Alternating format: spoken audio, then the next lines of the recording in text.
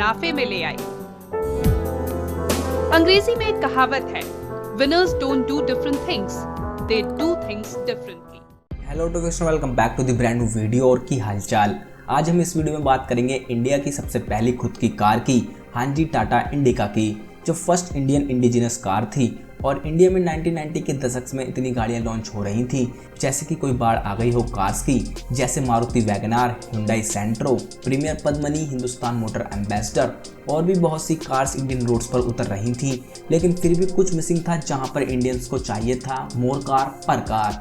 और ये बात टाटा ने सुनी और वो लेकर आए Tata indica, the fully home grown 5 door hatchback, जिसने अपने सेगमेंट में पूरे 20 साल तक राज करा है। तो आज इस वीडियो में हम जानेंगे सब कुछ जो आप जानना चाहते हो टाटा इंडिका के बारे में, all you need to know about में। तो वीडियो को लाइक कर दीजिए एंड सब्सक्राइब करना ना भूलें ऑटो फिक्शन को, ऐसी ही अमेजिंग वीडियोस देखते रहने के लिए बेल आइकन के साथ। So welcome to auto fiction.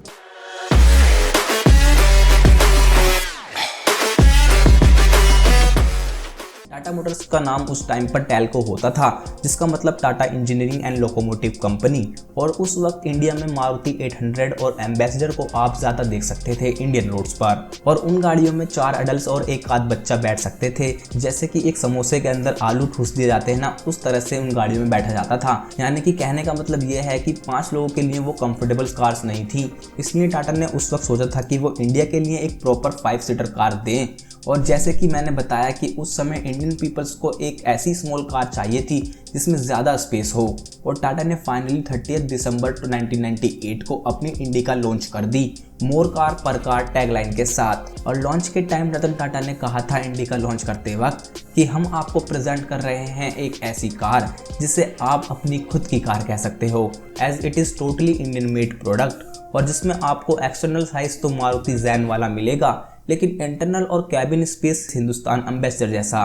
और माइलेज आपको मारुति 800 वाला, क्योंकि ये वही कार है जिसकी आप लोगों को ज़रूरत थी। और सबसे बड़ी बात तो ये थी कि ये कार यानी इंडिका, इसका नॉन एसी वर्जन मारुति 800 से 25,000 रुपये सस्ता था। और उस समय तो 5,000 रुपीज़ का भी अगर डिफरेंस हो तो काफ़ी फ़र्क पड़ता था उस चीज़ से। और यही कारण है कि इंडिका के लॉन्च होते के साथ ही इसकी बुकिंग्स की बाढ़ सी आ गई। इसके लॉन्च होने के एक हफ्ते के अंदर ही इंडिका की 1,15,000 बुकिंग्स हो गई।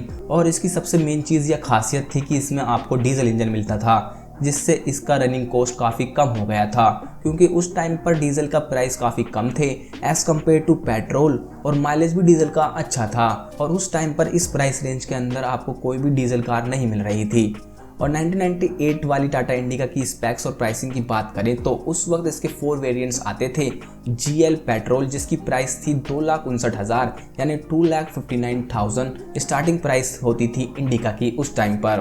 दूसरा वेरिएंट था इसका DL डीजल नॉन एसी। और तीसरा वेरिएंट था DLE डीजल विद एसी।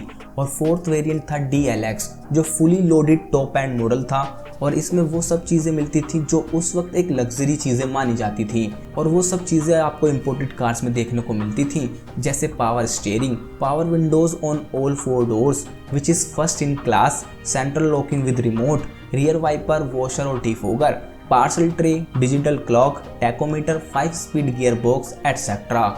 और वो भी 3,90,000 के प्राइस टैग पर। और अगर उस टाइम के इसके इंजन की बात करें तो बहुत से लोगों को लगता होगा कि माना टाटा ने खुद ही कार स्क्रैच से बिल्ड करी होगी, लेकिन इंजन तो उन्होंने कहीं ना कहीं से बोरो करके ही लगाया होगा। तो ऐसा बिल्कुल नहीं था। टाटा इंडिका में जो इंजन था वो भी टोटली होम ग्रोन ही 1.4 लीटर का पेट्रोल और डीजल इनलाइन 4 सिलेंडर इंजन्स थे, जिसका नाम 475 DL था। और ये इंजन टाटा ने अपनी दूसरी व्हीकल जैसे पिकअप ट्रक और पुरानी SUV से ही ड्राइव करके डेवलप किए थे, स्पेशली इंडिका के लिए इसके स्ट्रोक साइज को थोड़ा शॉर्ट करके। और ये इंडिका का 1.4 लीटर पेट्रोल इंजन प्रोड्यूस करता था 60 हॉर्स पावर, 105 न्यूटन टॉर्क के साथ। और ये multi point injected engine 4 speed manual transmission के साथ आता था। और इसका ही 1.4 लीटर डीजल इंजन प्रोड्यूस करता था 54 हॉर्स पावर और 85.3 न्यूटन की टॉर्क। और इन इंजन्स की वजह से ही Tata Indica 150 kilometre per hour की स्पीड अचीव कर लेती थी। इंडिका वैसे उस टाइम पर कुछ ऐसे फीचर्स ऑफर करती थी जो उस टाइम के लिहाज से सिर्फ अप मार्केट और इंपोर्टेड कार्स में ही आते थे, इसलिए इंडिका 3 साल बाद ही यूरोपियन मार्केट्स में भी एक्सपोर्ट होने लगी और 2003 से इसे ग्रेट ब्रिटेन में बेचा गया MG रोवर ग्रुप के अंडर सिटी रोवर नाम से। लेकिन ये सिर्फ वहाँ 2 साल तक ही रही, क्योंकि 2005 में इसकी प्रोडक्शन बंद हो गई क्योंकि रोवर कंपनी बैंकरप्ट हो गई थी और ग्रेट ब्रिटेन के अलावा इंडिका साउथ अफ्रीका में भी सोल्ड हुई है।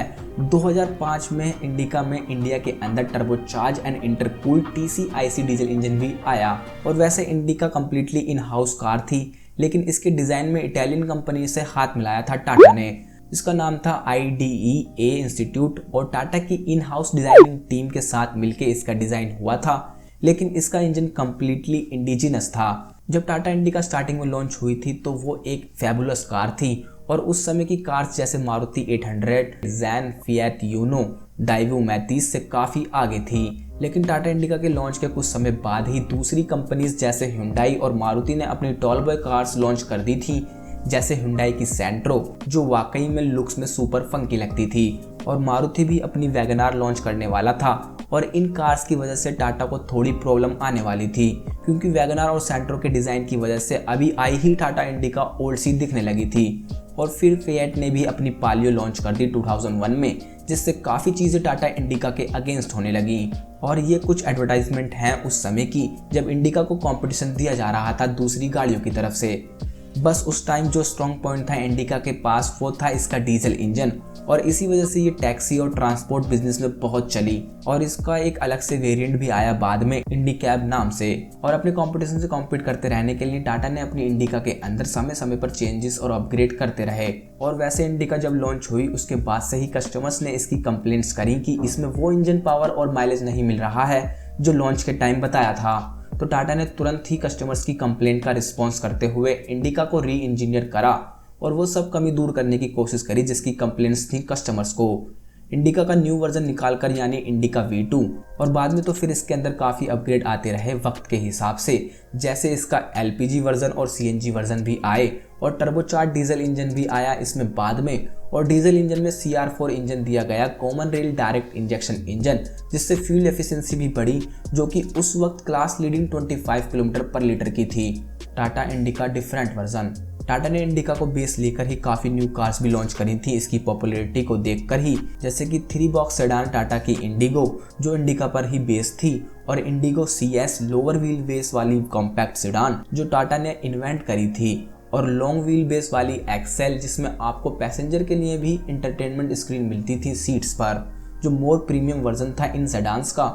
और इंडिका पर ही बेस्ड एक स्टेशन वैगन इंडिगो मरीना, जिसकी बात हमने अपनी एक video 10 forgotten station wagons of India में करा था, जिसका लिंक आपको right hand side I button और डिस्क्रिप्शन में मिल जाएगा। और ऐसे ही काफ़ी एक्सपेरिमेंट करे हैं टाटा ने इंडिका के साथ और काफ़ी कॉन्सेप्ट भी तैयार करे हैं, जैसे 2006 में इंडिका सिलहौते कॉन्सेप्ट जो टाटा ने अनवील करा था न्यू दिल्ली ऑटो एक्सपो में। और ये इंडिका सिलहौते कॉन्सेप्ट कार एक high performance real wheel drive indica थी, बिल्कुल ही अलग बॉडी वर्क के साथ, जिसमें 3.5 लीटर का मैसिव इंजन था जो 330 हॉर्स पावर प्रोड्यूस करती थी।